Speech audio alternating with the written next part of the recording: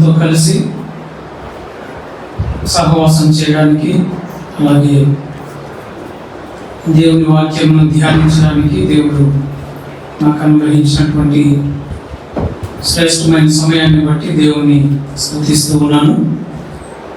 అలాగే మీ మధ్యకు నన్ను ఆహ్వానించినటువంటి స్థానిక సంఘ దైవ సేవకులు డేవిడ్ గారికి, అలాగే స్థానిక సంఘ పెద్దలకు నాకు ప్రత్యేకమైనటువంటి వందనాలు తెలియజేస్తూ ఉన్నాను. పిల్లలు, మనము ముందుగా నిర్ణయించుకున్న ప్రకారము, ప్రకటించుకున్న ప్రకారము ఈరోజు బిబ్లియాలజీ అనేటువంటి సబ్జెక్ట్లో ఉన్నటువంటి అంశాలను మనకు సమయము అనుకూలించిన మేరకు ప్రభు చిత్తంలో ధ్యానం చేసుకుంటూ మనం నేర్చుకుంటాం. సో ఇందులో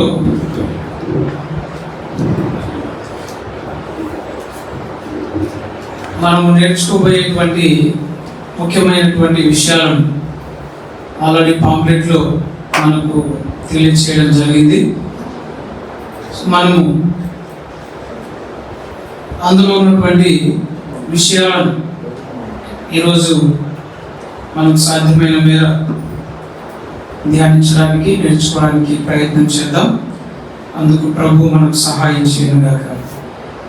మన యొక్క స్టడీని ప్రారంభించడానికి ముందు ఒక వచనాన్ని చదువుకొని మనం ముందుకు వెళ్దాం. 119వ కీర్తన 89వ చరణం. 119వ కీర్తన 89వ చరణం. యెహోవా, నీ వాక్యము ఆకాశమందు నిత్యము నిలకడగా ఉన్నది. నీ వాక్యము ఆకాశమందు నిత్యము నిలకడగా ఉన్నది. దేవుని వాక్యముల గురించి కీర్తనకారుడు రాసినటువంటి శ్రేష్టమైన మాట, ఆయన వాక్యం ఆకాశమందు నిత్యము నిలకడగా ఉన్నది. ఆ నిత్యమైనటువంటి వాక్యముల గురించి తెలుసుకోవడానికి, అందులో ఉన్న విషయాలను, దాని యొక్క చరిత్రను మనం తెలుసుకోవడానికి ఈరోజు చేయవచ్చాము. కనుక దేవుని వాక్యము అనగా బైబిల్ గ్రంథం యొక్క ప్రాశస్త్యత, ప్రాముఖ్యత ఎంత గొప్పదో మనం తెలుసుకోవడం అనేది మన ఆత్మీయ జీవితానికి చాలా ముఖ్యం. కనుక అలాంటి ప్రాముఖ్యమైనటువంటి అంశాన్ని ఈరోజు మనం నేర్చుకోబోతుండగా మరొకసారి ప్రార్థన చేసుకొని మనం ప్రార్థన పూర్వకంగా మన మనసులు, మన శరీరాలు, అలాగే మన సమస్తం ఆయన సన్నిధిలో కేంద్రీకరించి దేవుని వాక్యాన్ని వినడానికి మనల్ని మనం సిద్ధపరుచుకుందాం. దయచేసి అందరూ తలలు వంచండి, కళ్ళు మూయండి, ప్రార్థన చేసింది. ప్రేమగల తండ్రి, పరిశుద్ధుడు అయిన మా ప్రభువా, సర్వాధికారి, సర్వేశ్వరుడ, సర్వశక్తిమంతుడా, మీకు స్తోత్రాలు చెల్లిస్తున్నాము. మా ప్రియ ప్రభువా, మమ్మల్ని ప్రేమించి మాకు అనుగ్రహించిన మరొక దినమును బట్టి మీకు వందనాలు చెల్లిస్తున్నాం. ఈ దినమున తండ్రి, మేము మీ సన్నిధిలో చేరి మీ వాక్యమును గురించి తెలుసుకోవడానికి మీరు మాకు అనుగ్రహించిన శ్రేష్టమైన భాగ్యమును బట్టి మీకు స్తోత్రాలు తండ్రి, మీకు వందనాలు చెల్లిస్తూ ఉన్నాం. మా ప్రియ తండ్రి, ఈ దినమంతట్లో మీ ఆత్మ సహాయమును మాకు అనుగ్రహించండి. సాయంకాలం వరకు మేము మీ సన్నిధిలో కూర్చొని నేర్చుకున్నటకు మాకు కావలసినటువంటి ఓపిక, శక్తి, బలము, ఆసక్తి మీరు అనుగ్రహించమని ప్రార్థిస్తున్నాం. తండ్రి, మీరు సహాయం చేయండి. దేవా, మీరు మాకు అనుగ్రహించిన సమయాన్ని బట్టి, వాతావరణాన్ని బట్టి మీకు వందనాలు చెల్లిస్తున్నాం. సదుపాయాలను బట్టి మీకు స్తోత్రాలు. వాటన్నిటిని మేము సద్వినియోగం చేసుకుంటూ మీ సన్నిధిలో మేము నేర్చుకున్నటకు మీ కృప సహాయము మాకు విస్తరింపచేయండి. తండ్రి, మీరు కనికరించమని ప్రార్థిస్తూ ఉన్నాను. దేవా, మీరే కృప అనుగ్రహించారు. మీ ధర్మశాస్త్ర గ్రంథం గురించిన ఆశ్చర్యకరమైన సంగతులు అనేకములు మేము నేర్చుకున్నట్లుగా మా నేత్రములు తెరవండి. ప్రభువా మీరు సహాయం చేయండి. దేవా మీరు కనికరించమని ప్రార్థిస్తున్నాను తండ్రి. ఆయన తండ్రి అనేక విధాలుగా అనేక ప్రాంతాల నుండి ఇక్కడికి సమకూర్చినందుకే మీకు వందనాలు. ఏర్పాట్లలో దేవా అనేక మందిని మీరు వాడుకొని నడిపించినందుకే మీ స్తోత్రాలు.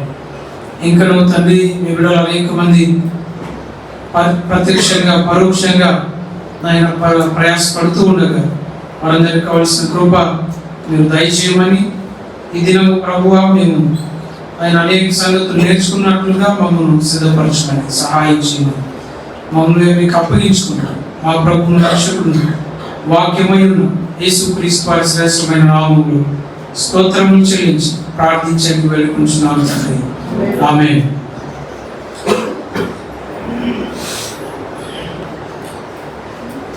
మనము 4 సెషన్లు ఈరోజు బిబ్లియాలజీలో ఉన్నటువంటి కొన్ని ప్రాముఖ్యమైన టాపిక్స్ని మనం స్టడీ చేయబోతున్నాం.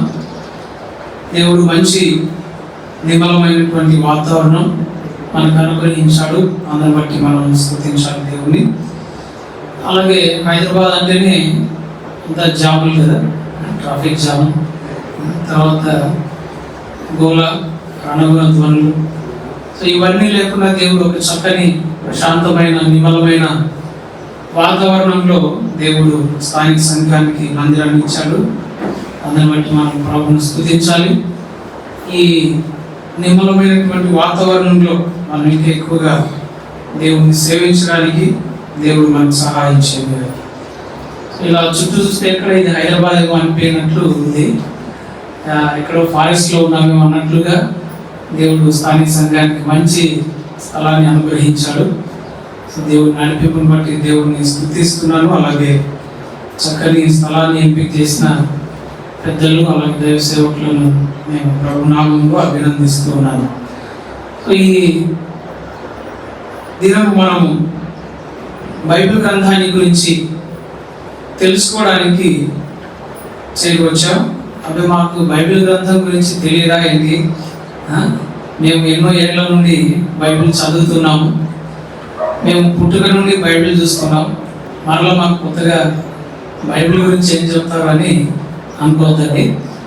మీకంతా బైబిల్ గురించి చాలా తెలుసు, అయినా దానంతా ఒకసారి మరలా మనం మననం చేసుకుంటే తద్వారా బైబిల్ గ్రంథం అలాగే దేవుని గ్రంథం మన చేతిలోకి ఎలా వచ్చిందో అది మనం గుర్తు చేసుకొని దేవుని వాక్యాన్ని ఇంకా ఎక్కువగా ప్రేమించడానికి ధ్యానించడానికి దేవుడు మన మనసులను పురికొల్పినట్లుగా ఈ దినం మనం దేవుని సన్నిధికి చేరవచ్చారు.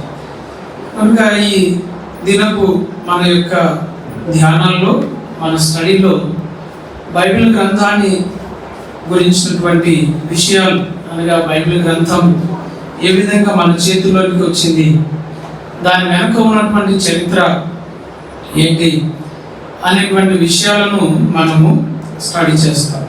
సో దీనంతా ఈ అంశాలన్నింటినీ మనం ఒక సబ్జెక్టుగా చెప్పుకుంటాము. అది బిబ్లియాలజీ అని అంటాము, ఇంగ్లీష్లో ఏమంటాము?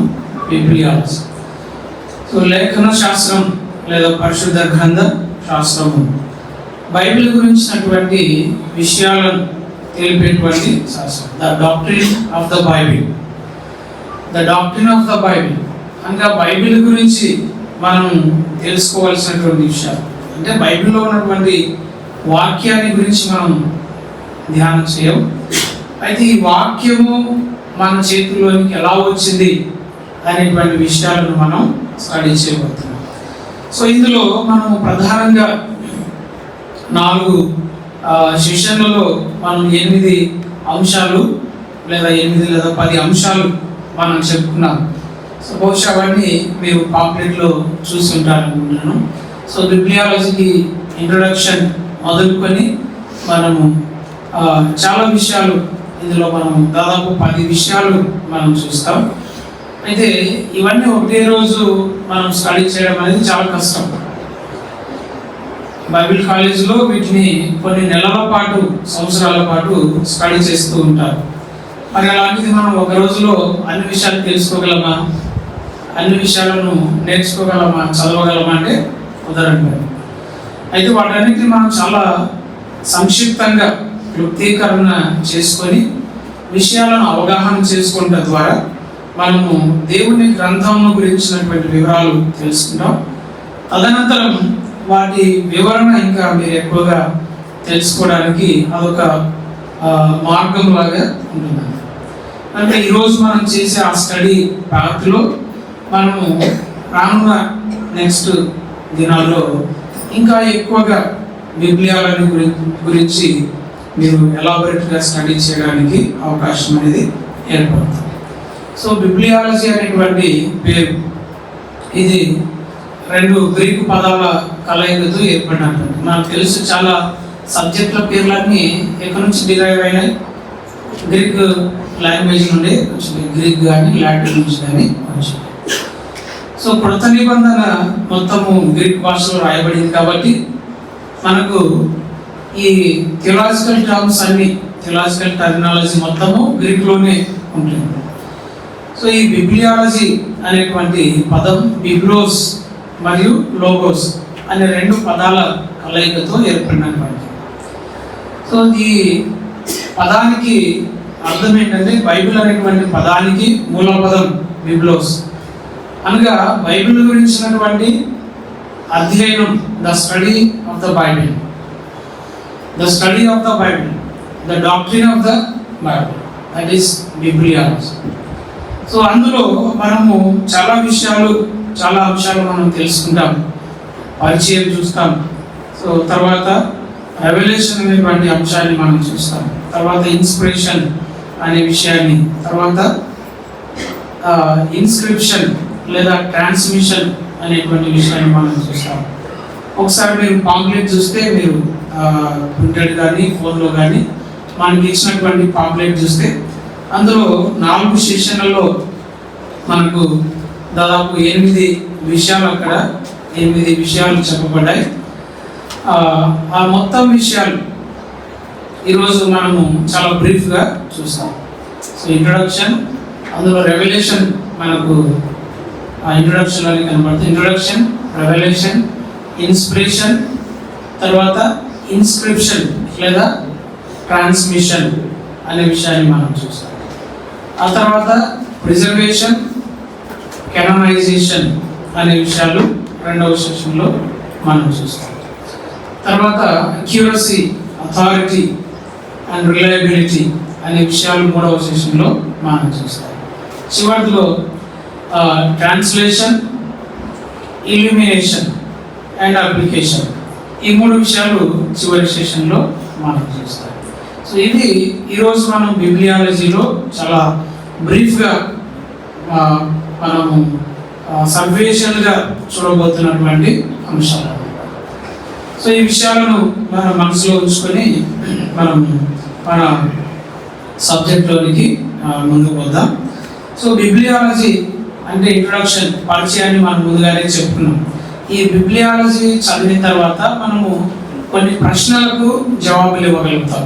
బిబ్లియాలజీ చదివిన తర్వాత అదేంటంటే, అసలు బైబిల్ గ్రంథము అది మనకు దైవ గ్రంథం అని మనకందరికీ ఒప్పుదల ఉంది, అందులో ఎటువంటి సందేహం లేదు. ఎవరికైనా ఇంకా డౌట్ ఉందా? బైబిల్ గ్రంథం ఇది దైవ గ్రంథము కాదు అని ఇంకెవరికైనా సందేహం ఉందా? ఎవరికి డౌట్ లేదు, ఎవరికి ఎటువంటి సందేహం మీమాంస లేదు. అయితే మనం కొన్ని ప్రశ్నలు కొంతమంది నుండి ఎదుర్కొంటుంటాం. అలాంటి వారికి మనము జవాబు ఇవ్వడానికి ఈ స్టడీ అనేది మనకు ఉపయోగపడుతుంది.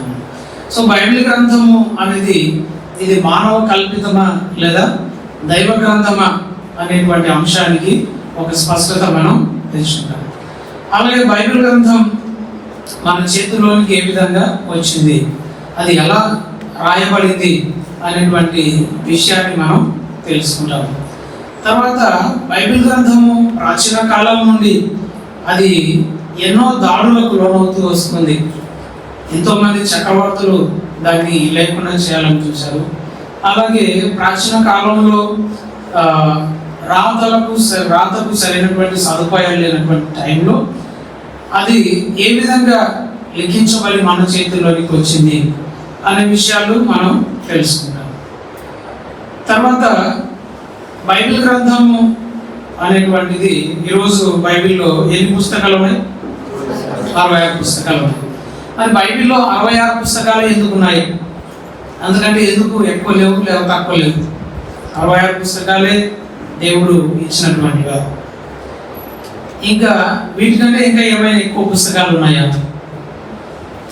66 ఎందుకు అనేటువంటి దానికి మనం సమాధానం చూస్తాం. తర్వాత కొంతమంది ఈ 66 పుస్తకాలకు అదనంగా మరికొన్ని పుస్తకాలను కూడా దైవ ప్రేరితంగా ఎంచుతూ ఉంటారు. ఉదాహరణకు అపోక్రిఫా గ్రంథాలు మనకు తెలుసు కదా. సో అలాగే సూడోగ్రాఫియా అనేటువంటి సూడోగ్రాఫ్ అనేటువంటి.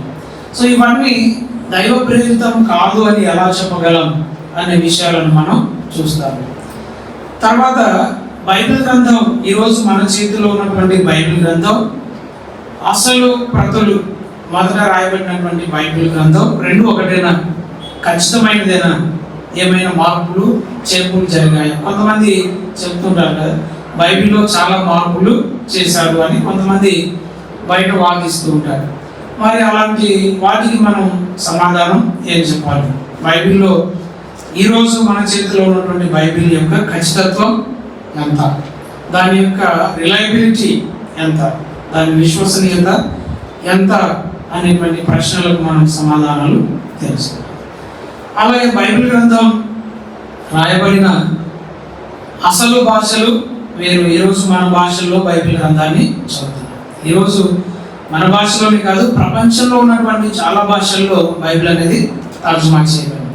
మరి బైబిల్ గ్రంథం ప్రపంచ భాషల్లోనికి ఎలా అనువదించబడింది, ఎలా తర్జుమా చేయబడింది అని ఈ తర్జుమా చరిత్ర, అనువాద చరిత్రను మనం తెలుసుకుంటాం.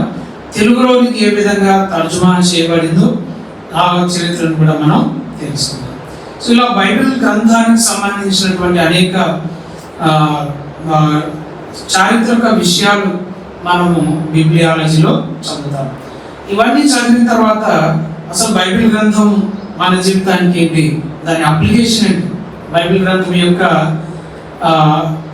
మన జీవితంలో బైబిల్ గ్రంథం యొక్క అనువర్తనం ఏంటి, ఉపయోగం ఏంటి, what is the application of the Bible in our daily life అనేది చివరిలో మనం చూడబోయేటువంటి అంశం. సో ఈ విధంగా మనము అనేక ఈరోజు మనం ఎదుర్కొంటున్నటువంటి అనేక ప్రశ్నలకు సమాధానాలు మనం తెలుసుకోవడానికి ఒక నిశ్చయత మనము రావడానికి, ఒక నిశ్చయతలోనికి మనం రావడానికి ఈరోజు స్టడీస్ అనేవి మనకు ఉపయోగపడతాయి. కనుక వాటన్నిటిని మనసులో ఉంచుకొని కొంచెం కష్టమైన మనము దేవుని సన్నిధిలో నెమ్మదిగా కూర్చోవడానికి, నిమ్మలంగా కూర్చొని దేవుని మాటలు వినడానికి, అలాగే వీలైతే వాటిని రాసుకోవడానికి ప్రయత్నం చేద్దాం. సో ఒకవేళ మనకు ప్రొజెక్టర్ ఉంటే అది కొంచెం అటెంటివ్గా ఉండడానికి అవకాశం ఉండేది.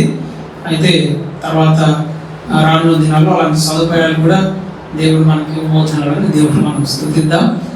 అలాగే దీనికి సంబంధించిన నోట్స్ కూడా, కనీసం నోట్స్ ఉంటే కూడా బాగుండేది. అయితే ఆ నోట్స్ మనకు అందుబాటులో లేదు. త్వరలోనే ఆ నోట్స్ కూడా ప్రిపేర్ చేసి మీకు తర్వాత అయినా అందించడం జరుగుతుంది. అందువల్ల మనం కాన్సన్ట్రేషన్ మిస్ అవ్వకుండా ఉండాలంటే ఏం చేయాలంటే కొన్ని ఇంపార్టెంట్ పాయింట్స్ అని ఏం చేస్తుండాలి, రాసుకుంటూ ఉండాలి. లేదంటే మన గమనం అటు ఇటు వెళ్ళేటువంటి ప్రమాదం ఉంది అన్నమాట. సో ఈ మొత్తం మనం చెప్పుకున్నటువంటి అంశాలలో మొదటిగా ఈ పరిచయం అనేటువంటి అంశాన్ని మనం రాసుకున్నాం. సో మన బిబ్లియాలజీలో మొదటి టాపిక్ ఏంటి? పరిచయం, ఇంట్రొడక్షన్. సో ఇంట్రొడక్షన్, పరిచయం అనేటువంటిది ఇందాకే మనం చెప్పుకున్నాం. బిబ్లియాలజీ అనే పదము రెండు గ్రీక్ పదాల కలయిక. ఆ రెండు పదాలకు అర్థం ఏంటి చెప్పండి? The study of the Bible, biblos and logos. ఈ బిబ్లోస్ అనేటువంటి పదం ఇది గ్రీక్ పదం అని చెప్తున్నాం. దీనికి మూల పదం ఏంటంటే బిబ్లియాన్ అనేటువంటి పదం. బిబ్లియాన్ అంటే అర్థం ఏంటంటే బుక్ అని అర్థం. బిబ్లియాన్ అంటే బుక్. లోగోస్ అంటే మనకు తెలిసేది స్టడీ అని అర్థం. సో ఈ బిబ్లియాన్ అనేటువంటి పదం కూడా ఎలా వచ్చింది, దానికి కారణం ఏంటంటే దాని మూల పదం ఇంకోటి అదే బిబ్లోస్ అనేటువంటి. బిబ్లోస్ అంటే అది ఒక జమ్ము బెరడు, ఈజిప్టులో పెరిగేటువంటి ఒక జమ్ము పెపైరస్ అనేటువంటి మొక్క. ఈ పెపైరస్ అనేది జమ్ము మొక్క చూసారా మీరు? చూసినారు చాలా మంది. జమ్ము ఎలా ఉంటుంది, దాన్ని బెరడు ఎలా ఉంటుంది, చాలా పలుచగా ఉంటుంది. రాయడానికి ఇప్పుడు మనకున్న జమ్ము చాలా 1 ఇంచు ఉంటుంది అనమాట, 1/2 ఇంచు ఉంటుంది. కానీ ఈజిప్ట్లో ఉండేటువంటి జమ్ము ఈ పెపైరస్ అనేటువంటి దాదాపు 2-3 అంగుళాల వెడల్పు ఉంది. అది రాయడానికి చాలా అనువుగా ఉండడం వల్ల దాన్ని రాత పరికరంగా ఉపయోగించేవారు.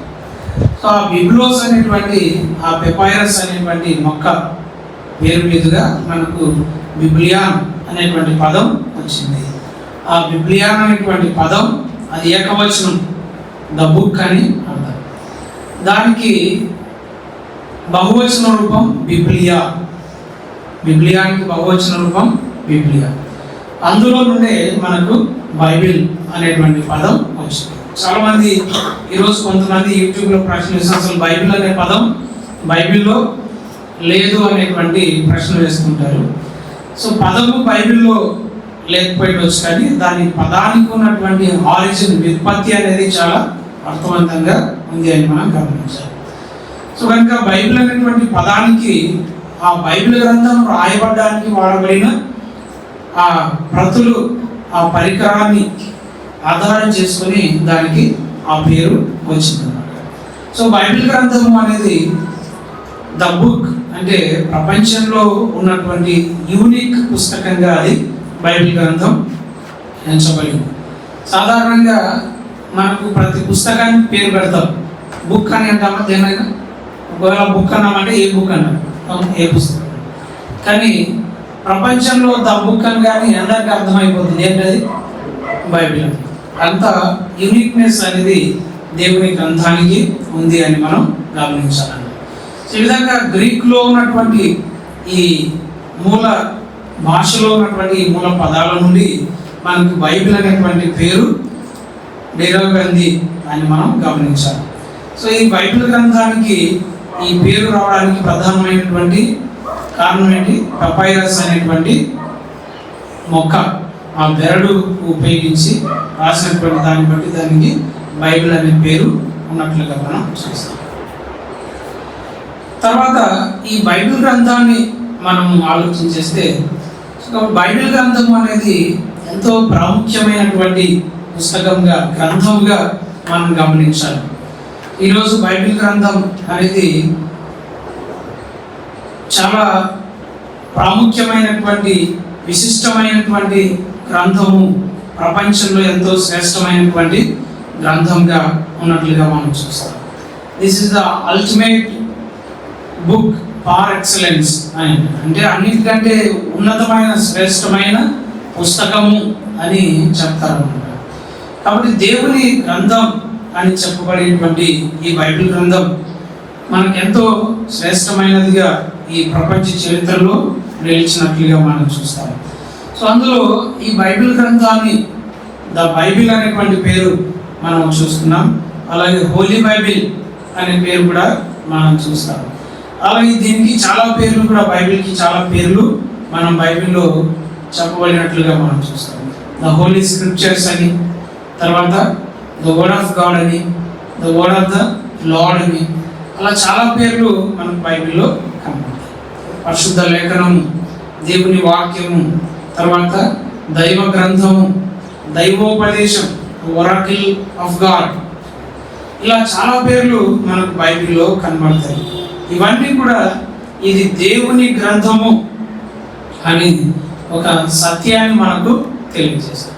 పేరు ఏదైనా కానీ అది దేవుని గ్రంథము అనేటువంటి సత్యాన్ని మనకు అంతిమంగా తెలియజేస్తున్నట్లుగా మనం చూస్తాం.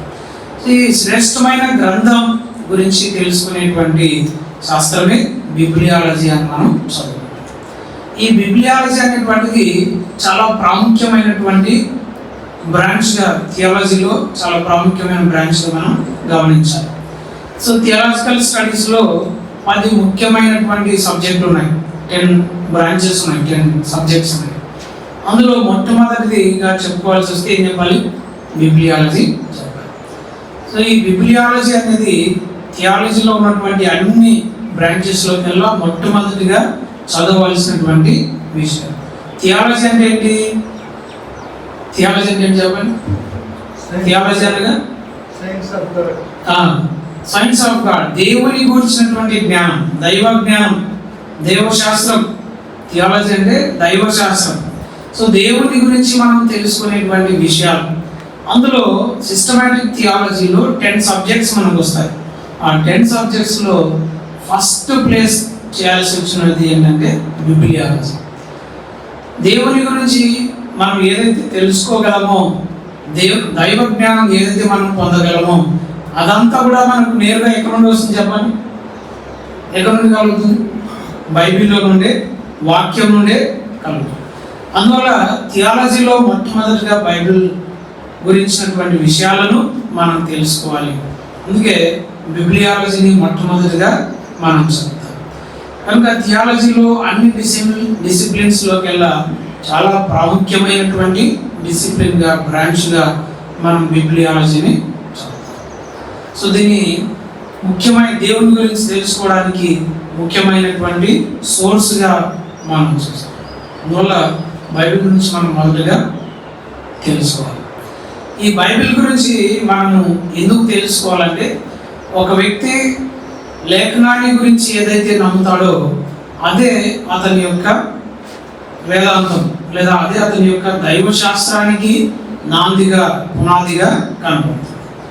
సో వాక్యమును గురించినటువంటి సరైనటువంటి అవగాహన ఒక వ్యక్తికి లేకపోతే ఆ వ్యక్తికి దేవుని గురించినటువంటి జ్ఞానం కూడా సరిగా ఉండదు, దేవుని గురించిన అవగాహన కూడా సరిగా ఉండదు అని మనం గమనించాలి.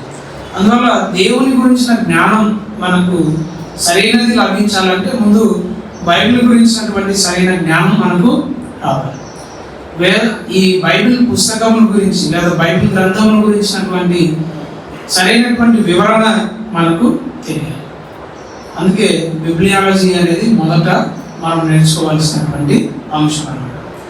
సో ఈ విషయాలు మనం తెలుసుకుంటూ ఉన్నప్పుడు అసలు ఈరోజు మనకు బైబిల్ మన చేతిలోనికి వచ్చింది అంటే దానికి ప్రధానమైనటువంటి కారణం ఎవరు?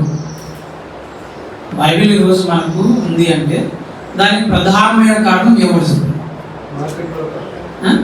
Martin Luther. ఇంకా Mary Jones, sister Sunday school teacher. ఇంకా William Tyndale, William Carey. So ఇలా చాలా మంది భక్తులు, వారు ఎంతో మంది తమ జీవితాలను ధారపోసి బైబిల్ గ్రంథాన్ని తర్జుమా చేయడంలో లేకపోతే మనకు అందించడంలో వారు ఎంతో ప్రయాసపడ్డారు. సో వారందరూ మన ముందు ఉన్నప్పటికీ అసలు బైబిల్ ఈరోజు మన చేతిలోకి రావడానికి ప్రధానమైన కారణం దేవుడే. ఎలాగో దేవుడు, బైబిల్ అంటే ఏంటి? దేవుని గురించి తెలియచేసేటువంటి గ్రంథం, దేవుని జ్ఞానాన్ని మనకు అందించేటువంటి పుస్తకం. మరి దేవుని గురించి మనకు ఏదైతే తెలియచేయబడిందో అది ఎలా తెలిసింది మనకు? ఎవరు రాసి తెలిసింది? ఎవరు చెప్తే తెలిసింది? ఎవరు చెప్తే తెలిసింది? దేవుడే, స్వయాన దేవుడే తను తాను చేసుకున్నాడు. దేవుడే తను తాను బయలుపరుచుకున్నాడు. అందువల్లనే మనకు దేవుని గురించిన విషయాలు తెలిసాయి, కానీ మానవుడు స్వతహాగా పరిశోధించి లేకపోతే దాన్ని రీసెర్చ్ చేసి తెలుసుకున్నటువంటిది కాదు. కనుక దేవుని గురించి మనకు ఏదైతే తెలుసో ఆ తెలిసినదంతా ఎలా తెలిసింది? దేవుడు తను తాను బయలుపరచుకోవడం. దాన్నే మనము రెవల్యూషన్, ప్రత్యక్షత అని అంటాం. సో మనము బిబ్లియాలజీలో బైబిల్ గురించి మనం తెలుసుకోవడానికి ముందు అసలు ఈ విషయాలన్నీ ఎలా మనకు బయలుపరచబడ్డాయో మనం తెలుసుకోవాలి. దాన్ని మనం రెవల్యూషన్ అనేటువంటి అంశంలో మనం చూస్తాం. కనుక బిబ్లియాలజీలో మనం మొట్టమొదట స్టడీ చేసేటువంటి టాపిక్ ఏంటంటే రెవల్యూషన్ అనేటువంటి అంశాన్ని మనం చూస్తాం. ప్రత్యక్షత, తెలుగులో ఏమన్నాము? ప్రత్యక్షత అని. సో ఈ రెవల్యూషన్ అనేటువంటిది అనగా దేవుని గురించినటువంటి ప్రత్యక్షత అనేది మానవునికి ఎలా లభించింది, అసలు బైబిల్ గ్రంథం ఏ విధంగా మానవునికి అందించబడింది అనేటువంటి ప్రశ్నలో ఇది మానవుడు ఊహించి రాసినటువంటిదా, మానవుడు ఆలోచించి రాసినటువంటిదా, లేదా దేవుడే మానవునికి ఇచ్చినటువంటిదా అనే ప్రశ్నకు మనం సమాధానం తెలుసుకోవాలంటే మొట్టమొదట రెవల్యూషన్ అనేటువంటి అంశాన్ని గురించి మనం తెలుసుకోవాలి. ఈ రెవల్యూషన్ అంటే అర్థం ఏంటంటే, ఈ రెవల్యూషన్ అనేటువంటి పదం ఇంగ్లీష్ పదం, తెలుగులో ఏమంటాం ప్రత్యక్షత అని అంటాం. ఈ రెవల్యూషన్ అనేటువంటి ఇంగ్లీష్ పదానికి మూల పదము లాటిన్ భాషలో రెవల్యూటియో అనేటువంటి పదం. ఈ రెవల్యూటియో అనేటువంటి పదానికి అర్థం ఏంటంటే టు అన్వీల్ అని అర్థం, బయలుపరుచుకుంట, బహిర్గతం చేయుట, టు మేక్ నోన్, తను తాను తెలియజేసుకునుట అని అర్థం. సో లాటిన్ భాషలో రెవల్యూటియో అనేటువంటి పదం, తర్వాత గ్రీక్ భాషలో అపోకలిప్సో అనేటువంటి పదం, తర్వాత హీబ్రూ భాషలో గలా అనేటువంటి పదం. మూల పదాలు చాలా వాడబడ్డాయి, అది జస్ట్ అలా ఉంచాం. వీటన్నింటి యొక్క అర్థం ఒకటే, ఏంటి? బయలుపరచుకునుట అని అర్థం, మరుగు చేయబడినది తెలియచేయబడుట అని అర్థం, బహిర్గతపరచబడుట అని అర్థం. కనుక ఇక్కడ మరుగు చేయబడినటువంటి లేదా తెలియబడినటువంటి, అంతవరకు తెలియనటువంటి విషయాన్ని దేవుడు ఏం చేశాడు? తెలియజేశాడు. అంతవరకు మానవునికి తెలియనటువంటి దేవుని జ్ఞానము బహిర్గతపరచబడింది, రివీల్ చేయబడింది, అది అన్వీల్ చేయబడింది. అందువల్ల ప్రత్యక్షతలో దేవుని యొక్క బయలుపరచబడినటువంటి స్వభావం మనకు. ఒకవేళ దేవుడు తను తాను బయలుపరచుకోకపోయింటే మానవునికి దేవుని గురించి ఏమి తెలిసేది కాదు. పతనమైపోయినటువంటి మానవుడు దేవుని గురించి తెలుసుకోలేని దుస్థితిలోనికి పడిపోయాడు, దేవునికి దూరం అయిపోయాడు. మరి అలాంటి పరిస్థితుల్లో దేవుడే తను తాను బయలుపరుచుకున్నాడు అన్న సంగతి మనము బైబిల్లో చూస్తాం. ఈ ప్రత్యక్షత అనేటువంటి ఈ కాన్సెప్ట్, భావన అనేటువంటిది దేవుని యొక్క స్వీయ ప్రత్యక్షతను మనకు తెలియజేస్తుంది. ప్రత్యక్షత అనేది దేవుని స్వీయ బహిర్గతం, దేవుని యొక్క స్వీయ బహిర్గతం, ఆయన తను తాను బహిర్గతపరచుకోవడం అనే ఒక ముఖ్యమైన భావనను మనకు తెలియజేస్తుంది. అంతవరకు మానవునికి తెలియని విషయాలను దేవుడు తనను తాను తెలియజేస్తున్నాడు. ఆయన గురించి మనకున్నటువంటి జ్ఞానం ఈరోజు ఏదైతే ఉందో అది దేవుని ప్రత్యక్షత వల్లే కలిగింది, అంతే తప్ప మానవుడు కనుగొన్నటువంటిది కాదు. The revolution is the ultimate source of the knowledge of God. మనకు ఈరోజు దేవుని జ్ఞానం ఏదైతే ఉందో దానికి ఆధారం, అంతిమ ఆధారం, ప్రథమ ఆధారం ఏంటి? దేవుని యొక్క ప్రత్యక్షత. ఈ దేవుని ప్రత్యక్షతను మనం చూస్తే దేవుడు ఈ చరిత్రలో మానవునికి బయలుపరుచుకున్నటువంటి విధానం చూస్తే రెండు విధాలుగా తను తాను బయలుపరుచుకున్నట్లుగా మనం చూడవచ్చు. There are 2 types of revelation. మానవుడు దేవునికి బయలుపరుచుకున్న విధానం రెండు రకాలు. మొదటిది సాధారణ ప్రత్యక్షత, రెండవది ప్రత్యేక ప్రత్యక్షత. మొదటిది జనరల్ రెవల్యూషన్, సాధారణ ప్రత్యక్షత. రెండవది special revelation. General revelation or natural revelation, ప్రకృతి ప్రత్యక్షత.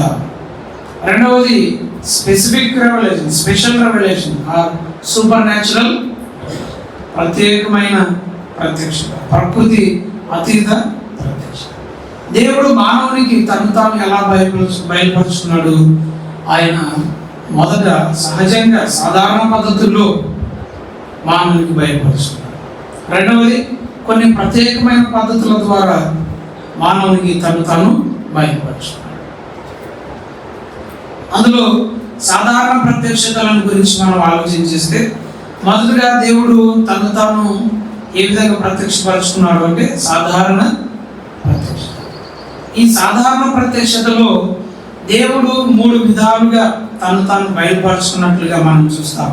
రోమపత్రిక 1వ అధ్యాయం మనం చదివితే, రోమపత్రిక 1వ అధ్యాయంలో అక్కడ దేవుని ప్రత్యక్షతలో మొదటిది అక్కడ ఆయన సృష్టి ద్వారా తాను బయలుపరుచుకున్నట్లుగా మనం చూస్తాం. God will himself through the nature. మొదటిగా సృష్టి ద్వారా ఆయన బయలుపరుచుకున్నాడు. రోమపత్రిక 1వ అధ్యాయం 20వ వచనం, రోమా 1:20. ఆయన అదృశ్య లక్షణములు అనగా ఆయన నిత్య శక్తియు దేవత్వమును జగదుత్పత్తి మొదలుకొని సృష్టింపబడిన వస్తువులను ఆలోచించడం వలన తేటపరచు. సో ఇక్కడ ఆయన ప్రత్యక్షత ఎలా కలిగింది మానవునికి అంటే ఈ సృష్టిని గురించి ఆలోచించడం ద్వారా, ఈ సృష్టిని చూడడం ద్వారా, సృష్టింపబడిన వస్తువులను గురించి ఆలోచించడం ద్వారా దేవుని యొక్క ఉనికి మానవునికి బయలుపరచు. ఆయన ఉన్నాడు అనేటువంటి సంగతి మానవునికి ఎలా తెలిసింది? Through the nature. ఈ సృష్టి ద్వారా ఆయన తాను బయలుపరుచుకున్నట్లుగా మనం చూస్తాం. అందుకే కీర్తనలో 19వ కీర్తన 1వ చరణంలో కూడా మనం చదువుతాం కదా, ఆకాశములు దేవుని మహిమను వివరించుచున్నవి, అంతరిక్షము ఆయన కీర్తిని ప్రచురించు, పగటికి పగలు మోహం చేస్తుంది. కనుక ఈ సృష్టి, ఈ ప్రకృతి, ఆకాశము, అంతరిక్షము, నక్షత్రములు, చంద్రుడు, సూర్యుడు, ఈ సృష్టి అంతా ఏం చేస్తుంది? దేవుని గురించినటువంటి ప్రత్యక్షత, దేవుని గురించినటువంటి తెలివి మానవునికి. ఈ సృష్టి ద్వారా దేవుడు మానవునికి తాను బయలుపరుచుకున్నట్లుగా మనకు ఇక్కడ అర్థమవుతుంది. అందుకే అక్కడ అంటాడు 21వ వచనంలో మరియు 20వ వచనం చివరి భాగంలో, ఈ సృష్టింపబడిన వస్తువులను ఆలోచించుట వలన తేటపడుచున్నవి దేవుని యొక్క నిత్యశక్తి. దేవుని లక్షణాలు అంటే ఆయన అదృశ్య లక్షణాలు ఎలా మానవునికి తేటపరచబడ్డాయి, ఎలా బయలుపరచబడ్డాయి అంటే ఈ సృష్టింపబడిన వస్తువులను ఆలోచించడం ద్వారా మానవునికి తేటపరచబడుతున్నాయి. కాబట్టి వారు నిరుత్తరులై, అంటే మాకు దేవుడు అంటే తెలియదు అని చెప్పడానికి వీల్లేదు. దేవుడు తాను ఆయన సృష్టి ద్వారా బయలుపరుచుకున్నాడు. తర్వాత రెండవదిగా మనం చూస్తే ఇదే రోమపత్రిక 2వ అధ్యాయంలో, ఈ రోమపత్రిక 2వ అధ్యాయం 14వ వచనంలో మనం చదివితే దేవుడు మనసాక్షి ద్వారా తాను బయలుపరుచుకున్నట్లుగా మనం చూస్తాం. 2వ అధ్యాయం 14వ వచనం నుండి మనం చదివితే అక్కడ వారు దేవుని గురించి తెలుసుకోవడానికి దేవుడు మానవునిలో మనస్సాక్షిని ఉంచాడు. 15వ వచనంలో మనం చూస్తాం ఒకేసారి, అట్టివారి మనస్సాక్షి కూడా సాక్ష్యం ఇచ్చుచుండగను. మనస్సాక్షి సాక్ష్యం ఇస్తూ ఉంది, దేవుని గురించి సాక్ష్యం ఇస్తూ ఉంది. ఆ మనస్సాక్షి ద్వారా దేవుడు మానవునికి తాను బయలుపరుచుకున్నాడు. ఇది సాధారణ ప్రత్యక్షతగా మనము గమనించవచ్చు. Through the nature, through conscience, God has revealed Himself to the human beings. ఆయన తాను బయలుపరుచుకున్నట్లుగా మనం చూస్తాం. ఇక మూడవది చరిత్ర ద్వారా దేవుడు తాను బయలుపరుచుకున్నాడు. చరిత్రలో ఉన్నటువంటి అనేక సంఘటనలు మనం చూస్తే ఆ చరిత్ర దేవుని యొక్క ఉనికిని మానవునికి తెలియజేస్తూ వచ్చింది. మనం ఆది కాండం నుండి, అలాగే మానవ చరిత్ర నుండి, మొదలు నుండి మానవ చరిత్ర ఆరంభం నుండి మనం చూస్తే చరిత్రలో జరిగిన సంఘటనలు, సంభవాలు అన్నీ కూడా దేవుని ఉనికిని మానవునికి బయలుపరిచినట్లుగా మనము గమనించవచ్చు. అందుకే నిర్గమకాండంలో దేవుడు మోషేతో అంటూ, ఫరోకు నేనెవరో తెలియడానికి ఈ సంఘటనలు, ఈ సంభవాలు జరగనివ్వు అంటారు. కనుక చరిత్ర సంఘటనలు అనేది కేవలం సంఘటనలు కాదు, అవి దేవుని గురించి మానవునికి బయలుపరిచిన సంభవాలు అని మనం గుర్తించాలి. సో ఇలా సాధారణ ప్రత్యక్షత ద్వారా దేవుడు తాను మానవునికి బయలుపరిచాడు. అయితే ఈ సాధారణ ప్రత్యక్షత అనేది మానవుడిని నిజదేవుడు ఎవరో తెలుసుకోలేక దేవుడు ఉన్నాడు అన్న సంగతి, అలాగే దేవుని స్వభావం మానవం తెలియపరచబడింది. కానీ అయితే ఆయన నిజమైనటువంటి దేవుడు ఎవరో అది తెలుసుకోవడానికి సాధారణ ప్రత్యక్షత సహకరించలేకపోయింది. దేవుడు ఉన్నాడు అని మానవుడు తెలుసుకున్నాడు, కానీ నిజ దేవుని దగ్గరికి రాకుండా అనేక కల్పన దేవతలను దేవుళ్ళను ఏర్పాటు చేసుకున్నాడు. మరి ఆయన నిజమైనటువంటి దేవుని యొక్క ప్రత్యక్షత మానవునికి కలిగించడానికే ఆయన ఏం చేశాడు? రెండవ ప్రత్యక్షతను ఎన్నుకున్నాడు. అదేంటది? ప్రత్యేక ప్రత్యక్షత. సో సహజ ప్రత్యక్షత రెండవది ప్రత్యేక ప్రత్యక్షత. అది ప్రకృతి అతీతంగా దేవుడు మానవునికి ఇచ్చినటువంటిది అని మనం గమనించాలి. సో ఇందులో మనం చూస్తే దేవుడు వివిధ రకాల ద్వారా, వివిధ పద్ధతుల ద్వారా మానవునికి ప్రత్యేక ప్రత్యక్షతను ఇచ్చినట్లుగా మనం చూస్తాం. మొదటిది కొన్ని ఆశ్చర్యకరమైన సంఘటనల ద్వారా, త్రూ ద మిరాక్యులస్ ఈవెంట్స్, కొన్ని అద్భుత సంఘటనల ద్వారా దేవుడు తను తాను మానవునికి ప్రత్యేకంగా బయలుపరుచున్నాడు. ఉదాహరణకు అబ్రహాముకు ఏం చేశాడు? దేవుడు తను తాను బయలుపరుచున్నాడు. అబ్రహాముకు కలిగినటువంటి పిలుపు, అలాగే ఇస్సాకు యొక్క జన్మ, తర్వాత పస్కా పండుగ, తర్వాత ఇశ్రాయేలు ప్రజలు ఎర్ర సముద్రాన్ని దాటి, ఇలా కొన్ని అద్భుతాల ద్వారా ఆయన ప్రత్యేకంగా కొంతమంది ప్రజలకు తను తాను బయలుపరుచున్నాడు. Through the miraculous events. రెండవది త్రూ ద ఆడిబుల్ వాయిస్, ఆయన స్వరాన్ని వినిపించడం ద్వారా తను తాను బయలుపరుచున్నాడు. మనం చదువుతాం కదా, చాలా వరకు పాత నిబంధనలో దేవుడు ఎక్కువగా ఎలా బయలుపరుచున్నాడు? త్రూ ద డివైన్ స్పీచ్, దైవ స్వరం, ఆయన స్వరాన్ని, ఆయన మాటలు వినిపించుకున్నాడు. అందులో ఆయన స్వరము, ఆడిబుల్ స్పీచ్, ఆడిబుల్ వాయిస్, తర్వాత డ్రీమ్స్, విజన్స్, ఇవన్నీ మనకు కనబడతాయి. కళల ద్వారా మాట్లాడడం, స్వరాన్ని వినిపించడం, అలాగే దర్శనాలు కలిగించడం, వీటి ద్వారా దేవుడు తను తాను మానవునికి బయలుపరుచున్నాడు. అది ప్రత్యేక ప్రత్యక్షతలో రెండవది. తర్వాత మూడవది విజిబుల్ మేనిఫెస్టేషన్స్, మానవునికి తను తాను కనపరుచుకోవడం ద్వారా. విజిబుల్ మేనిఫెస్టేషన్ అనగా దృశ్యరూప ప్రత్యక్షతలు, తను తాను కనబడడం ద్వారా మానవునికి దేవుని ప్రత్యక్షత కలిగినట్లుగా మనం చూస్తాం. పాత నిబంధనలో దేవుడు చాలాసార్లు ప్రత్యక్షమైనట్లుగా మనం చూస్తాం. అవును, అనేక సార్లు ఆయన కనబడి మాట్లాడినాడు. అబ్రహాముకు మొదలో ఆ మోరియా పర్వతంలో దేవుడు కనబడినట్లుగా మనం చూస్తాం.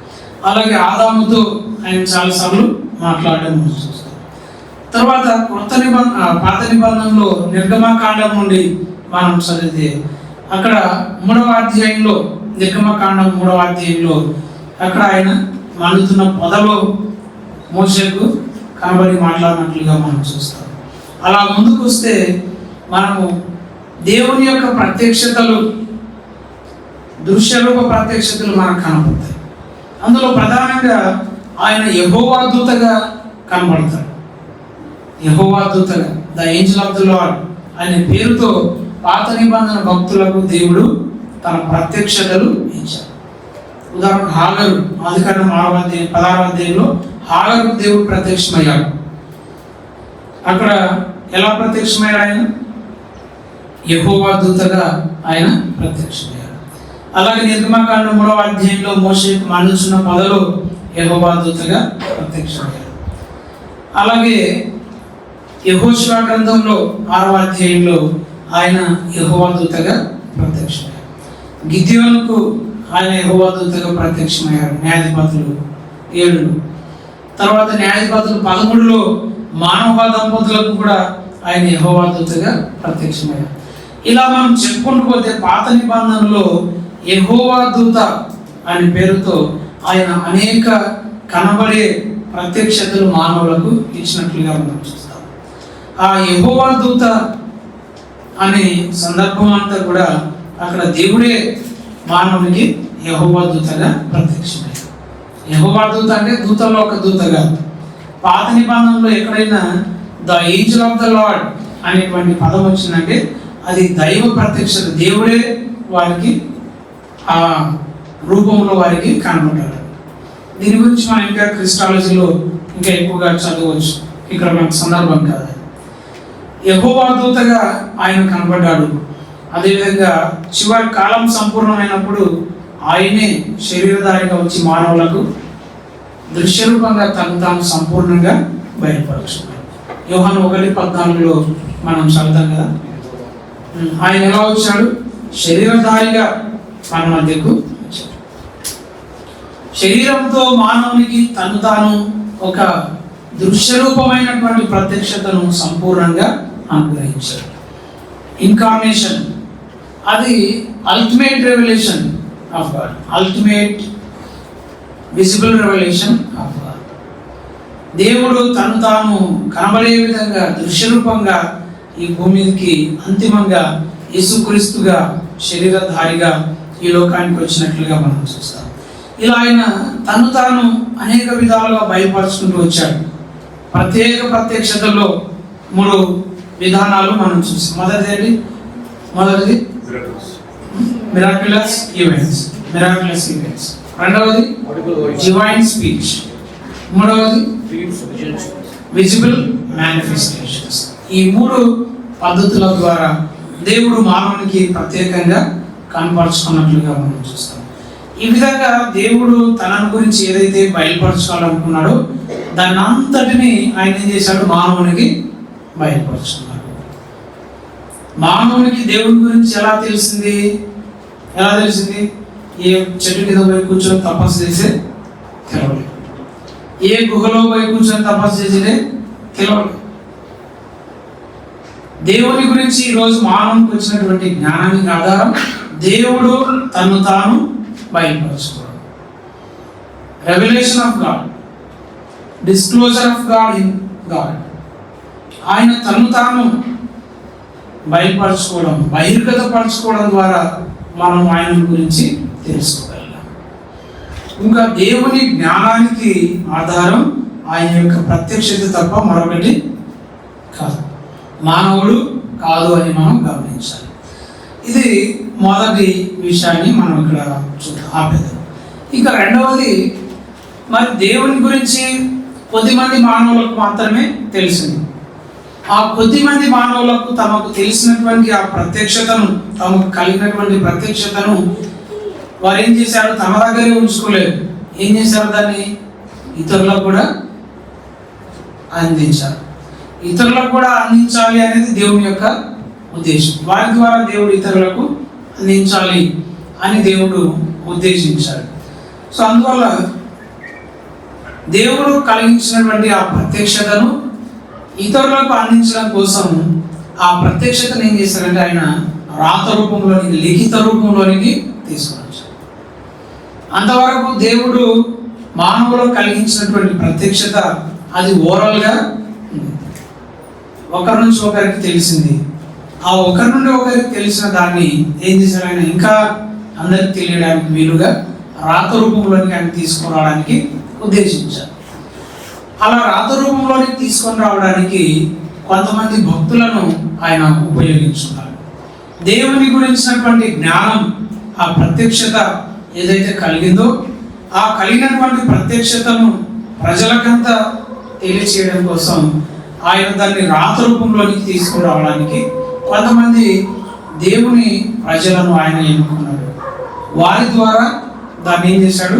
ఈరోజు మన చేతిలో ఉన్నటువంటి బైబిల్ గ్రంథంగా దాన్ని మనకు అందించాడు. ఈరోజు మన చేతిలో ఉన్న బైబిల్ ఏంటి?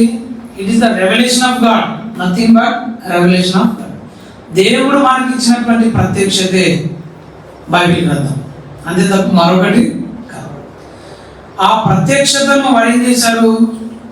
వారు పొందినటువంటి ప్రత్యక్షతను దాన్ని లిఖిత రూపంలోనికి మార్చారు. వారు పొందినటువంటి ప్రత్యక్షతను దాన్ని అబ్స్ట్రాక్ట్ నుండి కాంక్రీట్ ఫామ్లోనికి మార్చారు. అందుకే ఈరోజు మన చేతిలో బైబిల్ గ్రంథం అనేది. అయితే అలా మార్చడానికి దేవుడు కొంతమంది వ్యక్తులను ఎన్నుకున్నాడు. ఆ ఎన్నుకొని వారిని రాయడానికి సమర్థులుగా చేశారు. ఆ రాసేటప్పుడు ఏం చేశారంటే ఈరోజు ఈ రాయబడినటువంటి లేఖనం ఎన్నుకున్న వారు కూడా తమ సొంతంగా రాయకుండా దేవుడే దాని వెనక ఉండి ఆయన రాపించారు.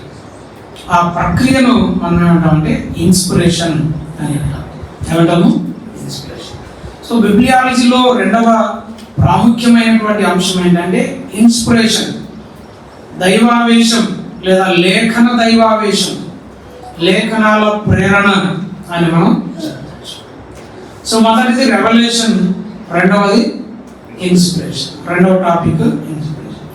లేఖనాలు మన చేతుల్లోనికి ఇలా అచ్చై మన చేతుల్లోనికి రావడానికి రెండవ ఉన్నటువంటి ఆ ప్రాసెస్లో రెండవ మెట్ ఏంటంటే ఇన్స్పిరేషన్. మొదటి మెట్ ఏంటి చెప్పండి? రెవల్యూషన్. మొదటిది దేవుడే స్టెప్ ముందుకు వేశాడు. ఆయనే తను తాను బయటపరుచుకున్నాడు. తద్వారా ఆయన గురించిన జ్ఞానం మానవునికి అందింది. ఆ జ్ఞానం ఒకరి దగ్గర ఆగిపోకూడదు, ఇది సర్వమానవాళికి చేరాలి అని ఏం చేశాడు? ఆ జ్ఞానాన్ని లిఖిత రూపంలోనికి దేవుడు తీసుకుని రావడానికి ఇష్టపడ్డాడు. అలా లిఖించడానికి దేవుడు కొంతమంది వ్యక్తులను ఏం చేశాడు? ప్రేరేపించాడు. దాన్ని మనం ఏమంటున్నాము? ఇన్స్పిరేషన్. దైవ ప్రేరణ, లేఖన ఆవేశం, లేఖన దైవావేశము అని మనం చెప్పవచ్చు. దీనికి మనం మొదటిగా తిమోతి 2వ పత్రిక 3వ అధ్యాయం 16వ వచనం నుండి మనం చదువుకుందాం. తిమోతి 2వ పత్రిక 3వ అధ్యాయం 16వ వచనం. దైవజనుడు సన్నద్ధుడై ప్రతి సత్కార్యమునకు పూర్ణంగా సిద్ధపడి ఉండునట్లు దైవావేశం వలన కలిగిన ప్రతి లేఖనము ఉపదేశించుటకును, ఖండించుటకును, తప్పుదిద్దుటకును, నీతి అందు శిక్ష చేయుటకును ప్రయోజనకరమై ఉన్నది. సో లేఖనం ఎలా కలిగింది? ప్రతి లేఖనం 16-17 వచనాల్లో ఇలా మనం చదువుకుందాం. అక్కడున్న వచనాన్ని మనం ఇలా చదువుకుందాం. కలిగినటువంటి ప్రతి లేఖనం ఎలా కలిగింది? దైవావేశం వలన కలిగింది. సో ఈరోజు మన దగ్గర ఉన్నటువంటి ఈ లేఖనము, ప్రతి లేఖనం ఎలా వచ్చింది? ఇది దైవావేశము ద్వారా, దేవుడు మానవుని ప్రేరేపించడం ద్వారా కలిగింది. దైవావేశము ద్వారా కలిగినటువంటి ఈ లేఖనము మన చేతిలోనికి ఊరికి రాలేదు. దేవుడు మానవుని ప్రేరేపించాడు.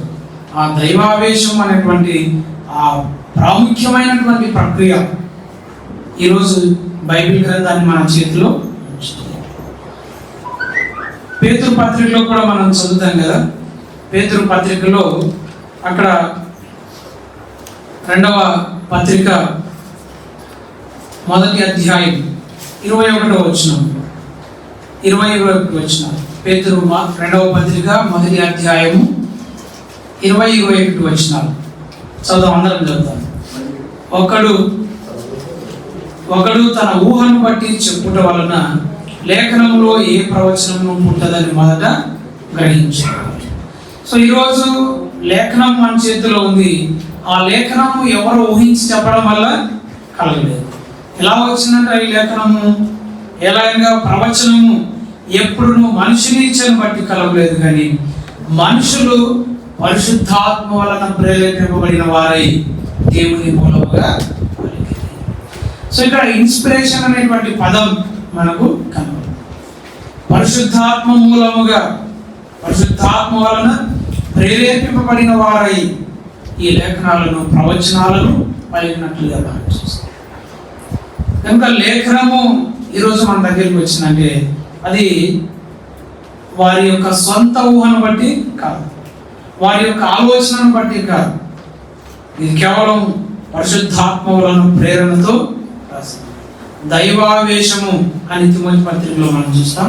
ఇక్కడ పరిశుద్ధాత్మ ప్రేరణ అనేటువంటి మాట మనం చూస్తాం. ఈ రెండు పదాలు ఒకటే. థియోనిస్టస్ అని అంటాం గ్రీకులో. థియోనిస్టస్ అనగా దేవుడు ఊపిరి, God breath out, God breath అని, దేవుడు ఊపిరి ఊదుట. ఆయన లేఖనాలు, ఈ లేఖనాలు ఎలా వచ్చాయి? ఆయన ఊపిరి ద్వారా కలిగినటువంటి, ఆత్మ ప్రేరణ ద్వారా కలిగినటువంటి. దేవుని యొక్క ఆత్మ మానవులను ప్రేరేపించినట్లుగా మనం చూస్తాం. కనుక ఇన్స్పిరేషన్ అనేటువంటి పదం, ఇంగ్లీష్లో ఇన్స్పిరేషన్కి మూల పదం లాటిన్లో ఇన్స్పిరాటో అనేటువంటి పదం. దాన్ని గ్రీకులో థియోనిస్టస్ అనేటువంటి పదం. థియోనిస్టస్ అంటే అర్థం ఏంటంటే గాడ్. థియోస్ అంటే అర్థం ఏంటి చెప్పండి? గాడ్ అని మనకు తెలుసు. న్యూస్టస్ అంటే అర్థం ఏంటంటే బ్రీత్ అని. సో మనం ఇక్కడ దేవుడు మాట్లాడడం ద్వారా బ్రీత్ అవుట్ అంటాం, నాట్ బ్రీతింగ్. మనం మామూలుగా ఎప్పుడు మాట్లాడతాం? ఇన్హేల్ టైంలో మాట్లాడతాం, ఎక్సెల్ టైంలో మాట్లాడతాం. ఎక్సెల్ టైంలో మాట్లాడతాం. గాలి పీల్చుకుంటూ మాట్లాడే ప్రయత్నించండి ఎప్పుడైనా, అసలు మాట్లాడలేదు. దేవుడు ఊపిరి వదలడం అంటే అర్థం ఏంటంటే ఆయన మాటలు, ఆయన ఊపిరిని మానవులకి ఇచ్చాడు, ఆయన మాటలు మానవులకి ఇచ్చాడు. పరిశుద్ధాత్మ ప్రేరణ అనేటువంటిది ఇక్కడ మనం చూస్తాం. కనుక దైవావేశము లేదా పరిశుద్ధాత్మ ప్రేరణ అనగా మానవ రచయితలపై దేవుని పర్యవేక్షణ. మానవ రచయితలు, బైబిల్ గ్రంథాన్ని ఎంతమంది రాశారు చెప్పండి? 40 మంది రచయితలు రాశారు. 40 రైటర్స్. ఆదికాండం నుండి ప్రకటన గ్రంథం వరకు 40 మంది రచయితలు. ఈ 40 మంది రచయితలను దేవుడు పర్యవేక్షించాడు. దైవావేశం, ఆవేశము అంటే అర్థం ఏంటంటే మానవ రచయితలపై, 40 మంది మానవ రచయితలపై దేవుని యొక్క పర్యవేక్షణ. God's superintendence over the human authors, human writers. తద్వారా వారు తమ సొంత వ్యక్తిత్వాలను వినియోగించి దేవుడు మానవునికి ఇచ్చిన ప్రత్యక్షతను తప్పులు లేకుండా బైబిల్ యొక్క అసలు ప్రతులను లిఖించడం జరిగింది. దైవ ప్రేరణ ఎందుకు? ఆత్మ ప్రేరణ, దైవావేశం ఎందుకంటే దేవుడు ఏ ప్రత్యక్షతను అయితే బయలుపరిచాడో అదే ప్రత్యక్షతను తప్పులు లేకుండా వారి యొక్క సొంత మాటలు చేర్చకుండా ఉన్నది ఉన్నట్టుగా రాయడం. కనుక ఇన్స్పిరేషన్ అనేటువంటి ప్రాముఖ్యమైన ప్రక్రియ కనుక లేకపోతే లేఖనాలలో ఎన్ని తప్పులు, ఎన్ని సొంత వ్యాఖ్యానాలు ఉండేవి. అవును, అందుకే అలాంటి అసంబద్ధత చేరకుండా దేవుడు మానవ రచయితలను ప్రేరేపించాడు. 40 మంది రచయితలు దాదాపు 1600-1700 సంవత్సరాల కాల పరిధిలో రాశారు. ఇంత కాల పరిధిలో ఇంతమంది రచయితల మీద దైవావేశం అనేది కనబడుతుంది. బైబిల్ గ్రంథంలో ఉన్నటువంటి 66 పుస్తకాలు, 1189 అధ్యాయాలు, 31,173 వచనాలు, ఇవన్నీ దైవావేశం వలన లిఖించబడినటువంటి. ఇవి రాసేటప్పుడు దేవుని ఆత్మ ప్రేరణ వాళ్ళను నడిపించింది అని మనం గమనించాం. కనుక ఆవేశము అంటే ఏమో కాదు, దేవుని యొక్క పర్యవేక్షణ. ఎందుకు దేవుని పర్యవేక్షణ అంటే తప్పులు లేకుండా, ఊహలు లేకుండా, సొంత మాటలు లేకుండా రాయడానికి. అలా రాసేటప్పుడు వారు తమ సొంత వ్యక్తిత్వాలు, సొంత శైలి ఉపయోగించారు, కానీ రాయడానికి మాత్రం దేవుని ఆత్మ ప్రేరణ కనబడుతుంది. సో ఇక్కడ మనం చూస్తే ఈ ఇన్స్పిరేషన్ అనేటువంటి ప్రక్రియలో ఈ ఆవేశము, దైవావేశము, ఆత్మ దైవ ప్రేరణ, పరిశుద్ధాత్మ ప్రేరణ అనే ప్రక్రియలో మనకు రెండు మూలకాలు ప్రధానంగా ఉన్నట్లుగా మనం 2 ఎలిమెంట్స్ ఇన్ ఇన్స్పిరేషన్. మొదటిది దేవుడు. ఇందాక మనం చదువుకుని వచ్చినాను 2 తిమోతి 3:16, 2 పేతురు 1:16, 1:21. ఇక్కడ మనం ఏం చూస్తాము? అందులో పరిశుద్ధాత్మ ప్రేరణ అలాగే దైవ ప్రేరణ అనేది కనుక దేవుడు మొదటి మూలకం ఏంటి చెప్పండి? ఫస్ట్ ఎలిమెంట్ ఏంటి? దేవుడే. దేవుడు ఈ ఇన్స్పిరేషన్ లో మొదటి మూలకంగా, ఫస్ట్ ఎలిమెంట్ గా మనకు కనబడతాడు. రెండవది ఎవరు? మానవుడు. మానవులు ఎంతమంది చెప్పుకున్నాము? 40 మంది, 40 రైటర్స్. బైబిల్ గ్రంథం యొక్క రచయితలు ఎవరు చెప్పండి? దేవుడే. The author of the Bible is God, but the writers are 40 human beings. So Bible గ్రంథ రచయిత దేవుడే, గ్రంథకర్త దేవుడే, లేఖికులు మాత్రం 40. వారు కేవలం దేవుడు చెప్పిన విషయాలను రచించారు, లిఖించారు, వారు గ్రంథకర్తలు, they are not authors, they are only writers. అది మనం గుర్తించాలి. The author of the Bible is God alone. The 40 are only writers. వారు కేవలం రచయితలు, లేఖికులు మాత్రమే.